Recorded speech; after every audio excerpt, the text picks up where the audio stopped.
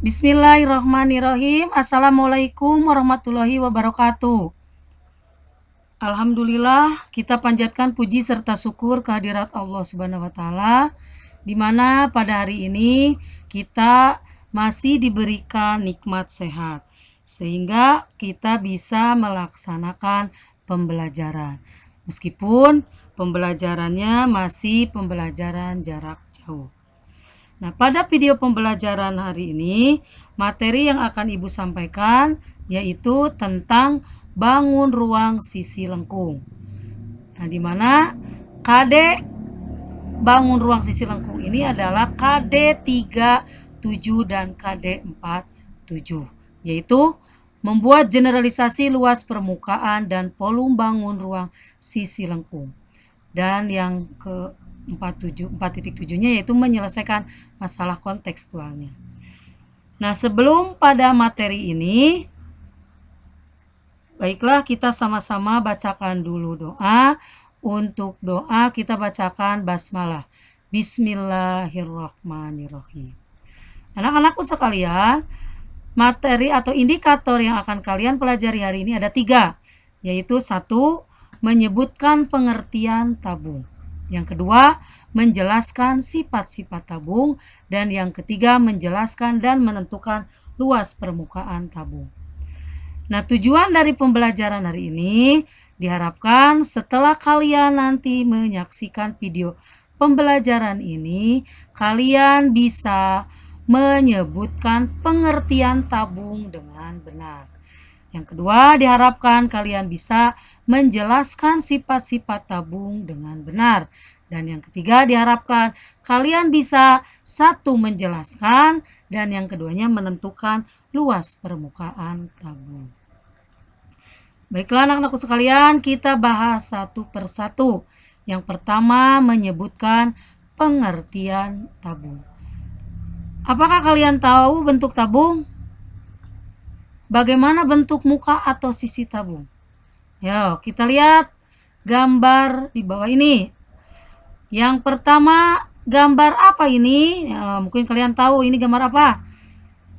Ya, ini adalah gambar kaleng susu. Kalau gambar yang kedua, ini termasuk gambar tong sampah. Kalau yang ini, nah kalau ini adalah pipa atau paralon, ya. Nah, dari ketiga bentuk gambar ini, contoh-contoh ini, inilah yang termasuk bentuk tabung. Dan masih banyak lagi contoh-contoh yang lainnya yang bisa kalian temukan dalam kehidupan sehari-hari. Nah, maka kalau begitu apa pengertian daripada tabung? Dilihat dari bentuk tabung yang diperlihatkan di contoh ini. Maka dari gambar-gambar ini bisa ditentukan pengertian tabung adalah bangun ruang. Nah, kenapa disebut bangun ruang? Karena ada ruangannya. Ini ruangannya. Ini kalau dibuka ada ruangannya.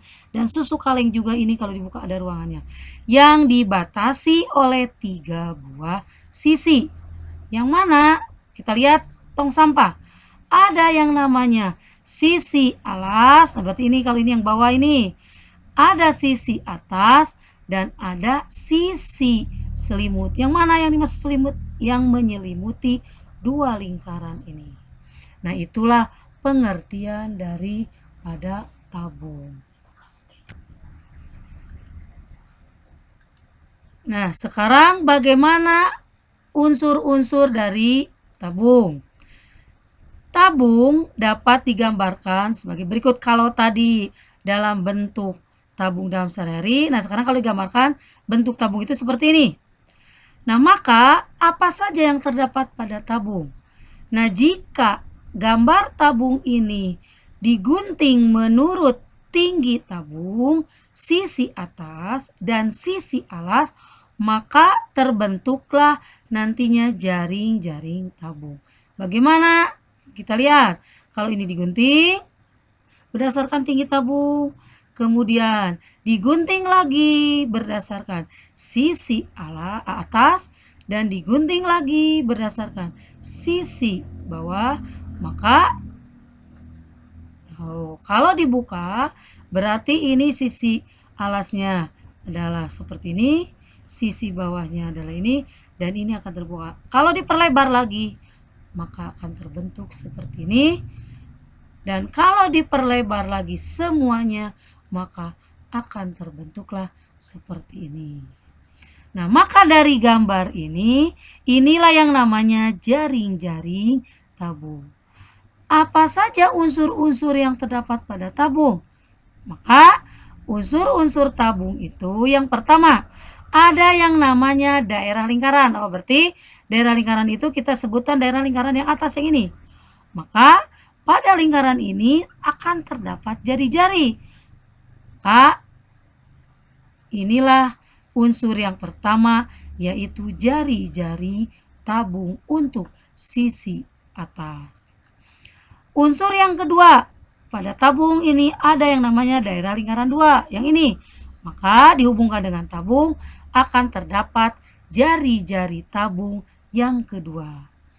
Kemudian unsur apa lagi selain jari-jari? Di sini ada daerah persegi panjang, di mana daerah persegi panjang ini dihubungkan dengan tabung, namanya selimut tabung. Kenapa? Karena ini menyelimuti lingkaran atas dan lingkaran bawah. Apalagi unsur yang terdapat pada tabung? Nah, pada selimut ini karena berbentuk persegi panjang, maka ada unsur namanya unsur panjang pada persegi panjang itu, dan ada lebar. Nah, panjang kalau dihubungkan dengan tabung, panjang ini sama dengan keliling lingkaran. Dan lebar pada selimut tabung ini kalau dihubungkan dengan tabung disebut dengan tinggi. Berarti unsur yang keempat ada yang namanya panjang, yaitu keliling lingkaran, dan ada yang namanya lebar yang disebut dengan tinggi tabung. Apakah ada lagi unsur yang lain? Nah, unsur yang lain itu ada yang namanya garis lengkung sisi atas, seperti ini. Yang mana garis lengkung? Nah, berarti pada tabung berarti yang ini. Maka disebutlah namanya rusuk atas. Yang keenam yaitu garis lengkung alas. Maka pada tabung disebut rusuk bawah. Itulah unsur-unsur yang terdapat pada tabung. Ada jari-jari, ada keliling lingkaran, ada tinggi tabung, ada rusuk atas, dan ada rusuk bawah. Baiklah, kita lanjutkan ke indikator yang ketiga, yaitu karena ada dua, ada yang menjelaskan dan ada yang menentukan. Kita tentukan dulu atau kita bahas dulu yang menjelaskan rumus luas tabung. Nah, kita tahu dari unsur-unsur tabung bahwa tabung itu terdiri dari sisi alas, sisi atas, dan sisi selimut. Maka inilah yang menjadi dasar untuk menentukan luas dari tabung. Maka permukaan tabung adalah bangun-bangun yang membatasi tabung tersebut, yaitu dibatasi oleh, kita lihat lagi, tabung kalau dibuka jaring-jaringnya seperti ini, maka ada yang namanya sisi alas, ada yang namanya sisi atas, dan ada yang namanya selimut. Maka permukaan tabung ini kalau mau dicari luasnya adalah permukaan tabung terdiri dari satu luas alas. Kita lihat, luas alas berbentuk lingkaran. Berarti untuk mencari luas sisi alas sama saja dengan mencari luas lingkaran. Apa rumus luas lingkaran? Ya, luas lingkaran rumusnya adalah pi r kuadrat. Nah, ini udah dipelajari di SD ya. Yang kedua, luas permukaan tabung ini terdiri dari sisi atas. Sama, atas juga berbentuk lingkaran. Berarti untuk mencari luas sisi atas pada tabung sama saja dengan pi r kuadrat. Dan yang ketiga itu adalah luas selimut. Berbentuk apa? Berbentuk persegi panjang. Maka luas selimut sama saja mencari luas persegi panjang. Apa rumus luas persegi panjang? Ya, panjang kali lebar. Nah, panjangnya kita hubungkan dengan tabung, yaitu ganti panjangnya dengan 2πr. Dan lebarnya kita ganti dengan unsur pada tabung, yaitu tinggi. Jadi, luas permukaan tabung sama saja dengan, karena ini lingkarannya ada 2, maka 2 kali luas lingkaran ditambah luas selimut sama dengan 2 kali lingkarannya ganti dengan πr kuadrat tambah selimutnya adalah 2πrt. Jadi inilah luas permukaan tabung. Baik, kita lanjutkan untuk indikator 3 yang bagian kedua, yaitu bagaimana cara menentukan luas permukaan tabung. Nah, untuk menentukan luas permukaan tabung, perhatikanlah contoh-contoh berikut ini. Contoh yang pertama, sebuah tabung dengan diameter alas 14 cm dan tinggi 12 cm. Hitunglah luas permukaan tabung. Bagaimana cara menyelesaikannya? Perhatikan alternatifnya. Yang pertama, diketahui dalam soal diameternya 14, tingginya 20. Nah, maka kita cari jari-jari. Diameter itu adalah yang membagi atau garis tengah lingkaran. Berarti membagi jari-jari menjadi 2. Maka jari-jarinya adalah tinggal diameter dibagi 2. Berarti 7. Dan pi-nya kita gunakan karena jari-jarinya kelipatan 7, berarti gunakan 22/7. Maka luas permukaan tabung sesuai dengan rumus 2πr kuadrat tambah 2πrt. Nah, ini rumus ini bisa ditulis dalam bentuk sifat distributif. Kita lihat, ada angka yang sama antara 2πr kuadrat dengan 2πrt, yaitu 2 pi dan r. Berarti 2πr-nya bisa dikeluarkan, tinggal dalam kurung. Untuk yang ini adalah r dan untuk yang ini tinggal t. Jadi yang ini bisa juga ditulis 2πr kali r tambah t. Nah, maka kita masukkan 2, pi-nya ganti dengan 22/7, jari-jarinya ganti dengan 7 kali r-nya 7 tambah 20. Nah, tinggal selesaikan. Ini bisa dicoret. Berarti 2 kali 2, 2. 44. 7 tambah 20. 27. Berarti 44 kali 27. Itu 1188. Ya, itulah contoh yang pertama. Kita lanjutkan. Contoh yang kedua. Tinggi suatu tabung adalah 15 dan luas selimutnya 1320 cm persegi. Hitunglah luas permukaan tabung dengan nilai pi 22/7. Ya, lihat alternatifnya. Diketahui tingginya 15, luas selimutnya 1320. Maka kita tulis lagi, luas permukaan tabung itu 2πr kuadrat tambah 2πrt. Nah, di dalam soal diketahui luas selimut yaitu 1320. Berarti yang ini bisa diganti dengan 1320. Nah, maka yang harus dicari tinggal yang ini aja, yaitu 2, pi-nya 22/7, r-nya tinggal. R-nya dalam soal tidak diketahui. Maka ini tidak bisa diselesaikan kalau jari-jarinya belum diketahui. Maka sebelum mencari luas permukaan tabung, carilah jari-jarinya. Yaitu dari mana mencari jari-jari? Kita lihat, luas selimut itu rumusnya 2πrt. Ada unsur R-nya. Berarti mencari jari-jari bisa menggunakan rumus luas selimut. Yaitu luas selimut tabung sama dengan 2πrt. Selimutnya adalah 1320 sama dengan 2 kali 22/7 kali R. Kali tingginya berapa? Ya, 15. Nah, maka ini selesaikan.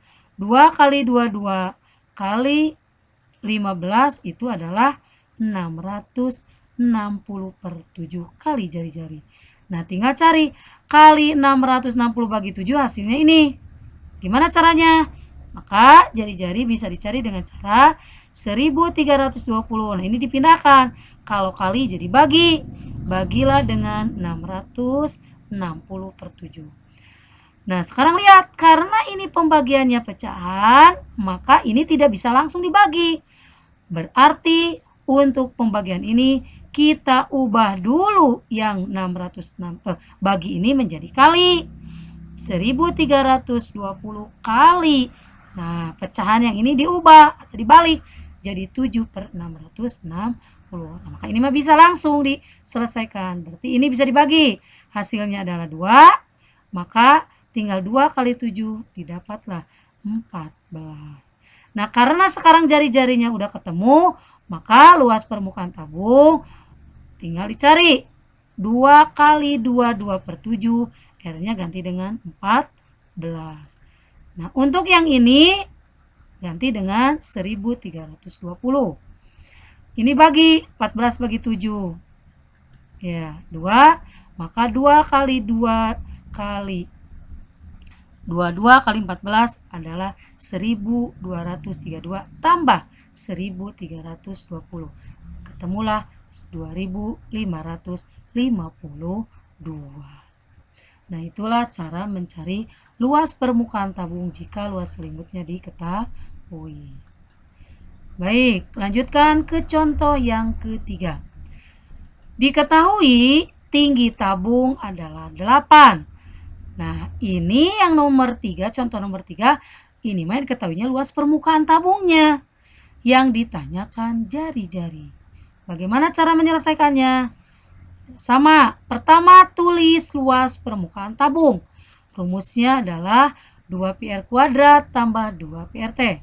Atau ini bisa ditulis dalam bentuk distributif 2πr kali R tambah T.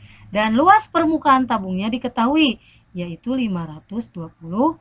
Nah, maka 528 sama dengan 2 kali 2/7 kali jari-jari. Karena jari-jarinya dicari.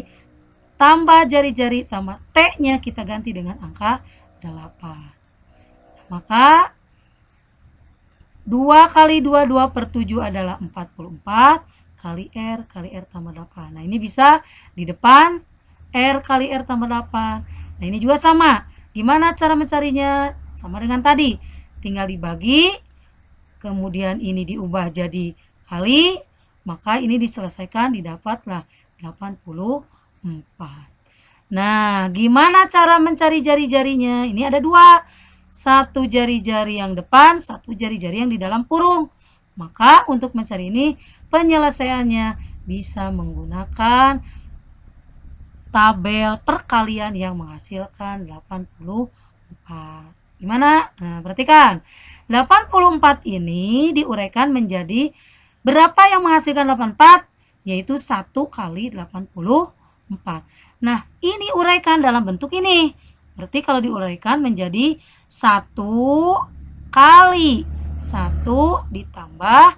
Nah, karena 84 ini diuraikan menjadi bentuknya R ditambah 8, maka 84 diuraikan menjadi 1 tambah 83. 1 tambah 83 kan 84.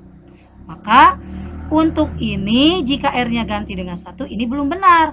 Kenapa? Karena untuk yang ininya tidak sama dengan ini. Harusnya 8. Di sini 83. Berarti ini salah. Ganti lagi perkaliannya. Dicoba lagi dengan perkalian yang menghasilkan 84 itu 2 kali 42. Uraikan lagi. Nah, ini juga masih salah. 2 tambah 40, 42. Ini juga salah. Harusnya ini adalah 8. Ganti lagi. Perkalian 84 itu 3 kali 28. Uraikan lagi. Ini juga masih salah karena harusnya 8. Ini 25. Uraikan lagi. 84 ini 6 kali 14. Kalau 5 tidak ada yang menghasilkan 84. 6. Uraikan lagi. 6 kali 6 tambah 8. Nah, ternyata ini sama. Berarti ketemulah jari-jarinya adalah 6. Nah, itulah cara mencari jari-jari, yaitu dengan memisalkan tabel perkalian yang ini. Demikianlah anak-anakku sekalian untuk video pembelajaran yang pertama bab bangun ruang sisi lengkung. Semoga video pembelajaran ini bermanfaat bagi kalian semua. Ibu akhiri, wassalamualaikum warahmatullahi wabarakatuh.